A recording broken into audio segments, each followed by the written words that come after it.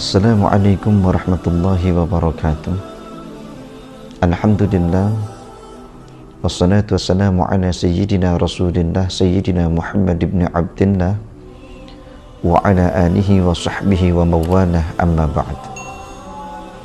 Saudara-saudaraku yang dimuliakan Allah subhanahu wa ta'ala, ada seorang sahabat Nabi sallallahu alaihi wasallam yang bernama Sayyidina Abdullah bin Mas'ud radhiyallahu ta'ala anhu.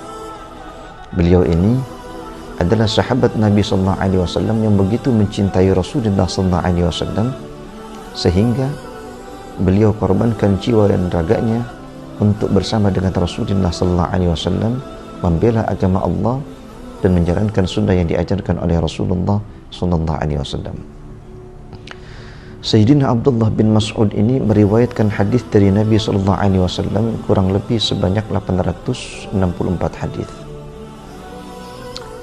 Beliau ini adalah sahabat Nabi sallallahu alaihi wasallam yang memeluk agama Islam ketika berjumpa dengan Rasulullah sallallahu alaihi wasallam.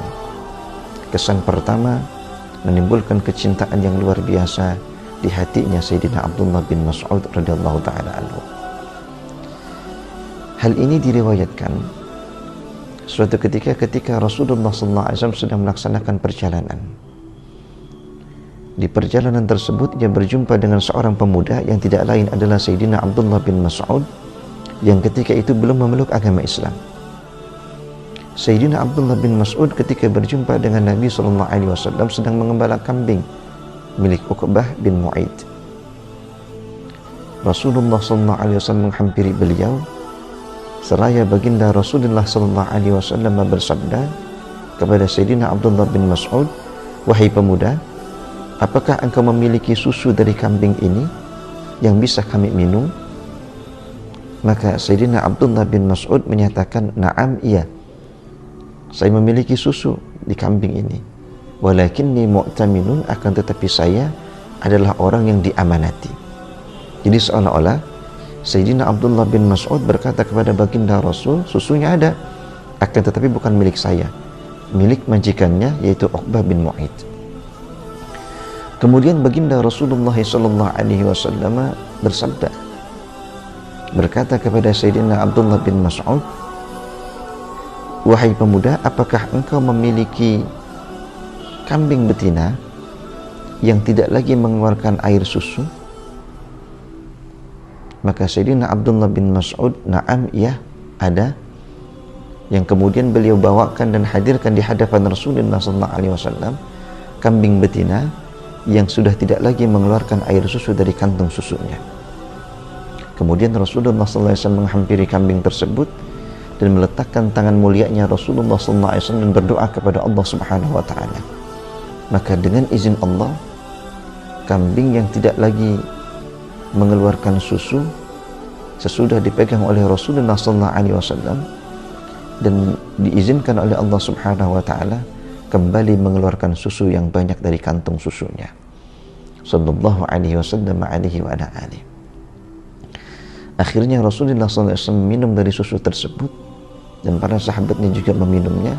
Setelah selesai, Nabi SAW kembali meletakkan tangannya di bawah kantung susu kambing tadi seraya berkata, "Ikhlas, kembalilah kepada keadaan yang semulanya." Maka kembali itu kantung susu dengan keadaan yang sebelumnya, tidak ada lagi susu yang ada tersisa di dalam kantungnya. Sallallahu alaihi wasallam alaihi wa ala alihi. Sayyidina Abdullah bin Mas'ud ketika melihat kejadian tersebut, kemuliaannya Rasulullah sallallahu alaihi wasallam, beliau memutuskan untuk memeluk agama Islam dan mengikuti ajaran yang dibawa oleh baginda Rasulullah sallallahu alaihi wasallam. Saudara-saudaraku yang dimuliakan Allah Subhanahu wa taala, Sayyidina Abdullah bin Mas'ud ini juga adalah sahabat Nabi sallallahu alaihi wasallam yang senantiasa mengenakan pakaian yang indah dan senantiasa memakai aroma wangi-wangian yang sedap. Ketika ditanya, maka jawaban beliau adalah untuk memuliakan sendalnya Rasulullah sallallahu alaihi wasallam yang senantiasa beliau pegang. Acap kali baginda Rasulullah SAW melepaskan sendalnya dan mempersiapkan sendalnya Nabi SAW, setiap kali Rasulullah SAW ingin mengenakan sendalnya. Begitu cintanya dengan Rasulullah SAW, bukan hanya sosok Rasulullah, akan tetapi segala sesuatu yang menempel pada dirinya Rasulullah SAW dimuliakan oleh Sayyidina Abdullah bin Mas'ud radhiyallahu ta'ala anhu, sehingga Allah berikan kemuliaan kepada Sayyidina Abdullah bin Mas'ud.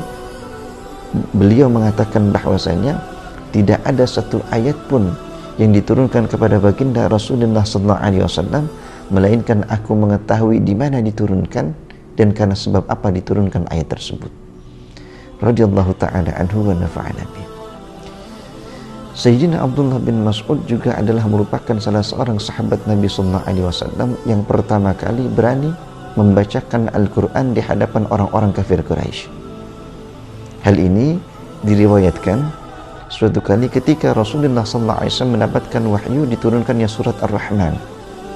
Kemudian Rasulullah SAW berkata kepada para sahabat-sahabatnya, siapakah di antara kalian yang rela, yang berani, yang mampu untuk membacakan ayat yang baru diturunkan ini di sekitar Ka'bah?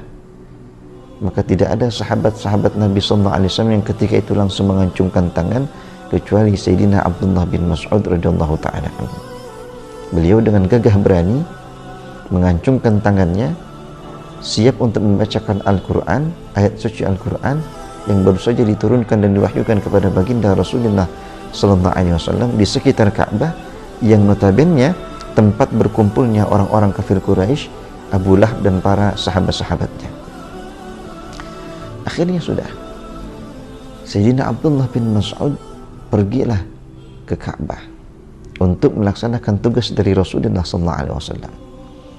Begitu sampai di Ka'bah, beliau mencari tempat yang tinggi karena memang diriwayatkan postur tubuhnya Sayyidina Abdullah bin Mas'ud ini sangat tidak ideal. Tingginya hanya seukuran satu dhira'. Satu dhira' itu dari ujung jari sampai lengan, sangat kecil. Kemudian pangkal kakinya betisnya ini sangat kecil, sehingga diriwayatkan pernah suatu kali ketika beliau itu naik ke pohon syiwak, tiba-tiba ada terpaan angin yang kencang dan beliau terjatuh.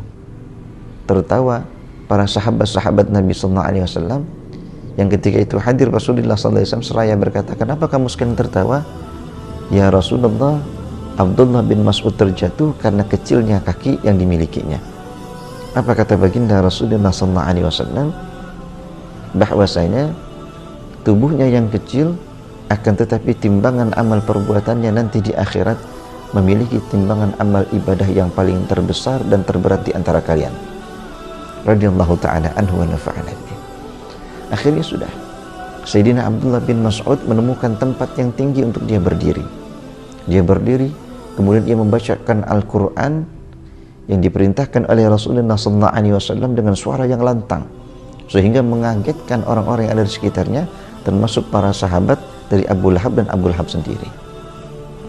Langsung Abu Lahab itu berdiri dan menampar tubuh kecilnya Sayyidina Abdullah bin Mas'ud sampai terjatuh, dan kemudian yang mengeluarkan pedangnya, dipotong telinganya dan dilukai Sayyidina Abdullah bin Mas'ud sampai berdarah. Kemudian kembalilah Sayyidina Abdullah bin Mas'ud menghadap Rasulullah SAW dalam keadaan bersedih dan bersimbah darah. Ketika sampai di hadapan Rasulullah SAW, Sayyidina Abdullah bin Mas'ud menceritakan perihal kejadian yang sudah menimpanya tersebut. Malaikat Jibril ketika itu hadir di hadapan Rasulullah SAW sembari tertawa di hadapan Nabi SAW, sehingga Rasulullah SAW menegur malaikat Jibril, anta tadhak wa ibnu Mas'udin yabki, engkau tertawa sedangkan Abdullah bin Mas'ud itu sedang bersedih, sedang menangis. Kata malaikat Jibril menjawab pertanyaan Rasulullah SAW, engkau akan mengetahui ya Rasulullah sebab kenapa aku tertawa sekarang. Setelah beberapa lama terjadilah perang Badar antara orang-orang muslimin dengan orang-orang kafir Quraisy ketika itu. Sayyidina Abdullah bin Mas'ud ikut di dalam peperangan tersebut.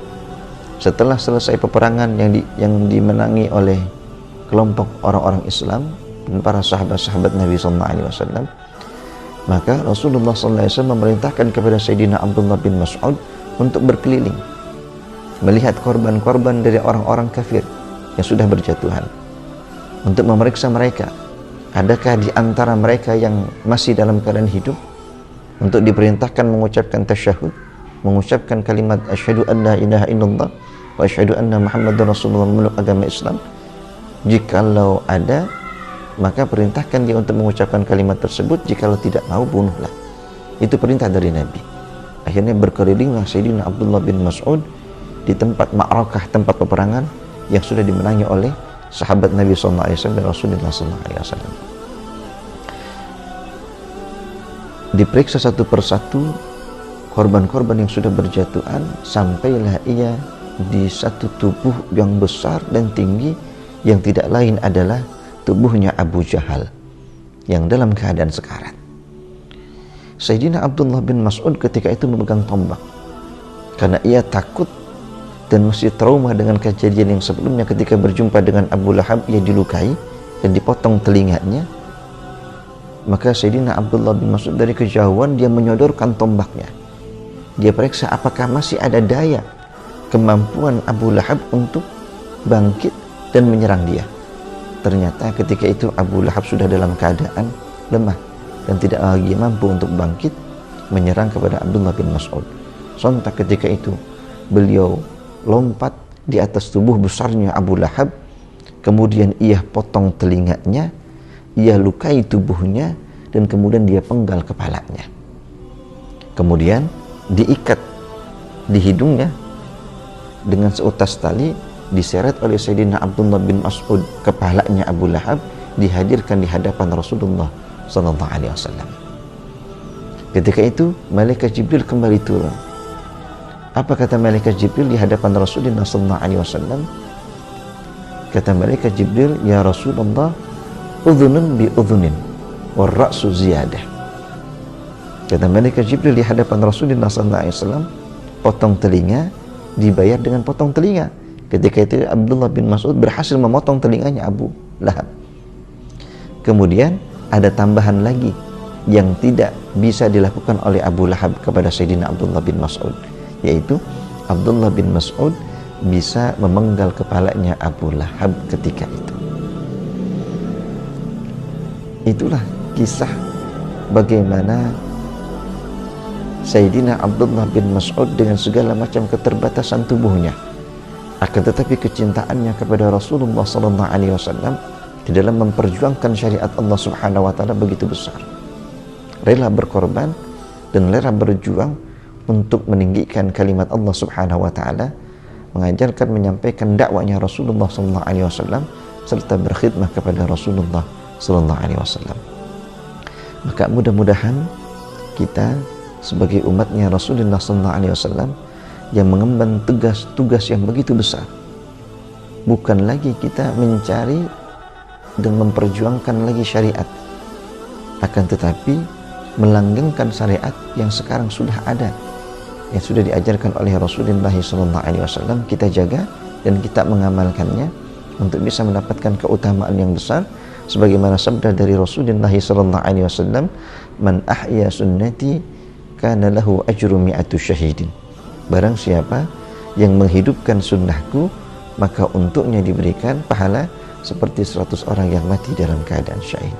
Mudah-mudahan bermanfaat buat kita semuanya dan kita bisa mengambil pelajaran di dalamnya. Wassalamualaikum warahmatullahi wabarakatuh.